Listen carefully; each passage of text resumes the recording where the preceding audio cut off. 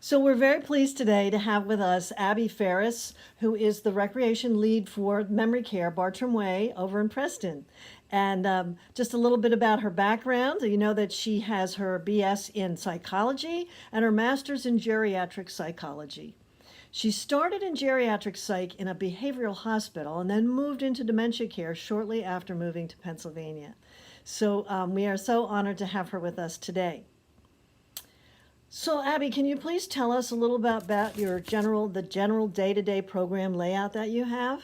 Yeah, so I've found that the mornings should be fairly structured. So we try and do roughly like the same kind of concept from like 10 to 10:30, 10:30 to 11, then 11 o'clock. And that kind of gives them some structure that they can count on. And it kind of helps bring them out of their apartments and kind of start their day. I like to try and do some exercise in the morning, some type of like orientation to like current events or just something to sit and talk as we digest breakfast and then move into a more broad group activity. And then the afternoons are a little more loose. They have a couple more options so people can participate in what interests them. And that's more of like there's a bunch of structured options that they can choose to join depending on what they're into, I guess. Abby, how do you introduce yourself to residents as they move in? The rec staff personally. Uh-huh. So we like to go in like usually one by one, so we're not overwhelming them, and kind of introduce ourselves as just the team. That we like to make sure that all of their like rec needs are met, but we say it in like what kind of stuff are you interested in a very conversational tone, and then we Uh-huh. take it just kind of take our notes instead of bringing a laptop in, and making more of a relationship. It's more of like building that trust in the beginning there so that we can incorporate the things that we know from their families and what they're telling us into activities that we know they're good at and will build their confidence and just keep that stimulation going throughout the day. Can you talk a little bit about the types of programs you'll be offering to them? Yeah, so we're really excited about our horticultural program. That's a huge thing. We really like to keep the residents outside as much as possible, weather permitting, especially with, the pandemic going on. It's really great to use that outdoor space as much as possible. We also just recently have a music therapist on our team. Super excited about her. She's really great with the violin, so we're going to have lots of music. In terms of like a classical way and also just like oldies, nostalgic stuff that they'll want to sing along to. And exercise is a big priority. We're going to have the Going Fit people. They come and lead an exercise class twice a week, and then we'll also be doing like our own exercise throughout the week. Um, and definitely some focus on just like games and activities, just whatever to fill that time. Lots of things based on holidays as well, just to keep the families involved, and lots of like kind of stuff to look forward to every day so nothing gets boring or monotonous. Now, are there any changes you've had to make to your program because of the pandemic that's going on? Yeah, definitely. So we're all wearing the masks for starters. That's definitely something that they ask about on a regular basis. Why are you wearing a mask? So that's a conversation that we have to have on almost a daily basis. That's just something that we approach just with honesty. There's a virus going around. It's just to keep you safe. And that's something that you kind of want to dismantle early on so that there's no concerns about what you're hiding behind your face mask. And then also lots of conversations about why we're hanging out one-to-one. Lots of changes in terms of like safety stuff. So we're cleaning a lot more regularly. All of our supplies, all of our game pieces are wiped down between every time we hang out with a resident. We're super cautious about hand hygiene, making sure that we're providing that every time before and after we come into a room. And since we did just start group activities at the beginning of the month, that was really exciting. We've been really careful about the kind of activities, so everyone's staying 6 feet apart and no one's sharing any pieces or any supplies or anything, but we're still getting that sense of community, be it in a bigger space or just adapted somehow to make sure that we're still incorporating their mental health as a priority. So, can you please explain how you base activities for people with different cognitive levels? Yeah, so a lot of our activities can be adapted on a group level or on a personal level. So, for example, like we have a lot of board games that we like to use, and some of those board games, just the pieces are fun to play with, individually. Maybe we're just sorting by color if that's where we're at, or maybe we're playing an organized game, and maybe we're doing both at the same time. So we do like a lot of stuff like Scrabble. The pieces. Maybe you're just spelling your name, or maybe you're playing an organized game of Scrabble, or maybe you're just keeping score, or maybe you're just being in the room with everyone else and staying awake and alert. It's just about incorporating everyone where they're at, just keeping that self-confidence going in a group where everyone's kind of all over the board in terms of where they're at cognitively. Not only do we have a great indoor space here, but we also have great outdoor spaces. How do you plan to utilize those spaces? Yeah, so the way we have the setup in Preston is we have an enclosed garden space for Bartram, so it's completely secure, which is super important.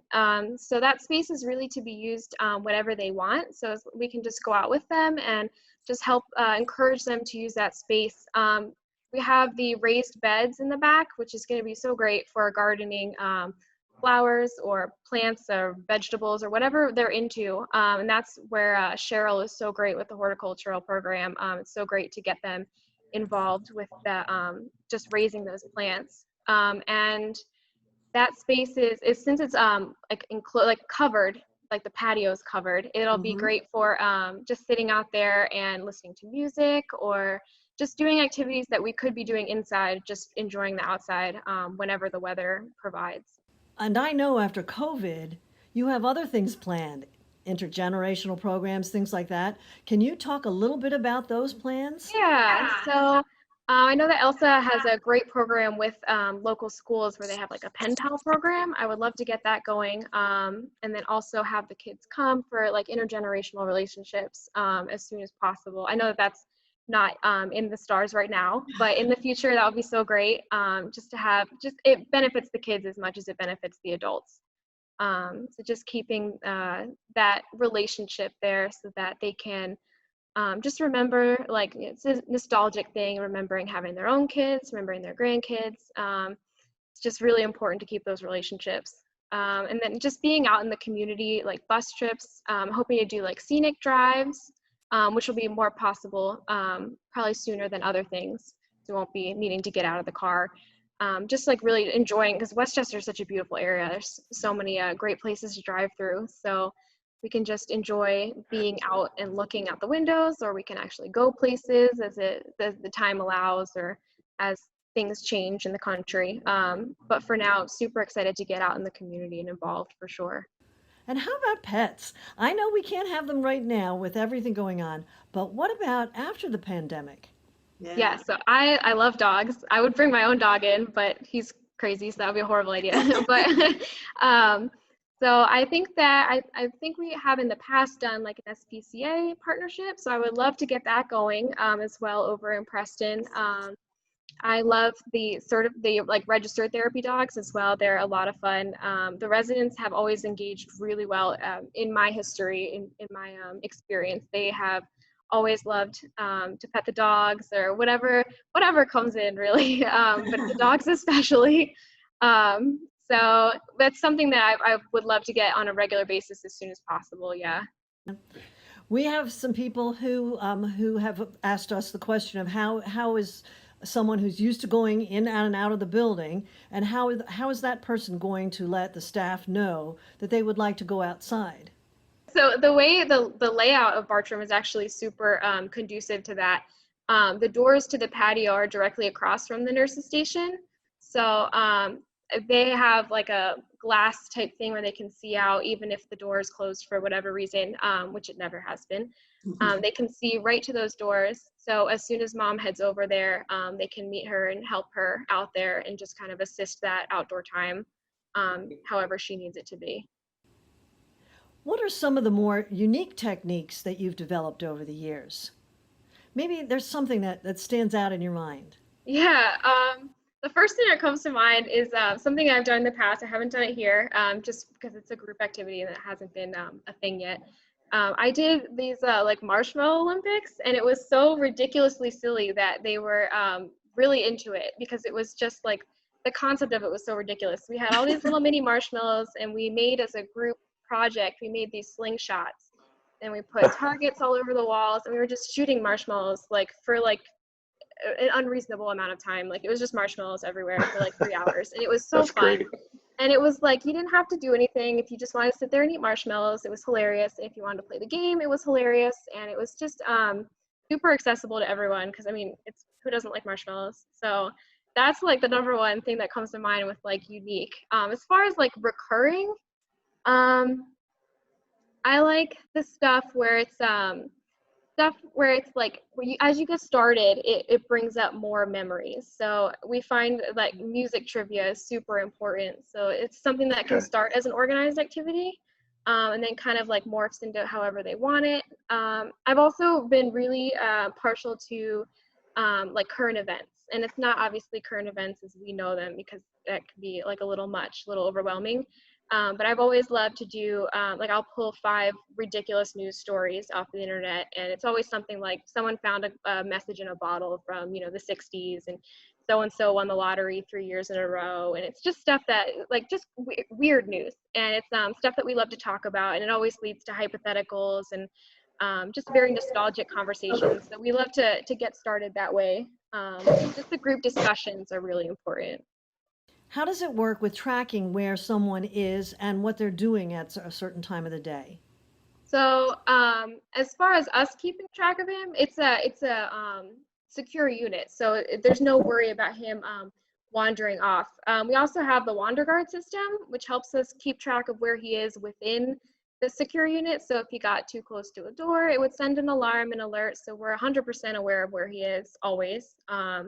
There's no concern about losing him. As far as keeping track of him cognitively, since it's a small unit, there's only going to be 20 residents. We can be sure to engage with everyone on a regular basis and keep track of what they're doing. And we also keep notes in our computer system. We have a computer system, it's like an activity tracker, and we all check in with those notes regularly so that we're on the same page.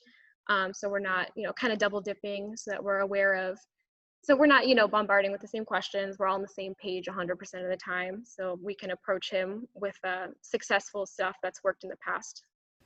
And how do you address someone who might be borderline and might recognize that they're in a memory care unit? Yeah, so that's it's fairly common actually that this scenario comes up that they're like just borderline. It might be the time of day, like a sundowning type thing, where in the morning they're completely lucid, and when it comes to the afternoon, they're very anxious and they're exit seeking, and that's when they're a danger, and that's when they need to be in a secure place. So at that point, it's honestly really important that the family and the rec team and the nursing team are all on the same page about how we want to present it. Sometimes if it's a day-to-day kind of thing, we phrase it as you're in a hospital, you're in a rehab, and when you get better, we can revisit it. And, it's that temporary conversation. And it's like, it's just phrasing it as this isn't for forever, even though it may be. It's just kind of, it has varied person to person how to address that. But I've found that if you phrase it in a way that it doesn't seem like it doesn't seem permanent to them, that they're more willing to cope with that reality throughout the day, and then we can kind of revisit a longer term strategy as we go.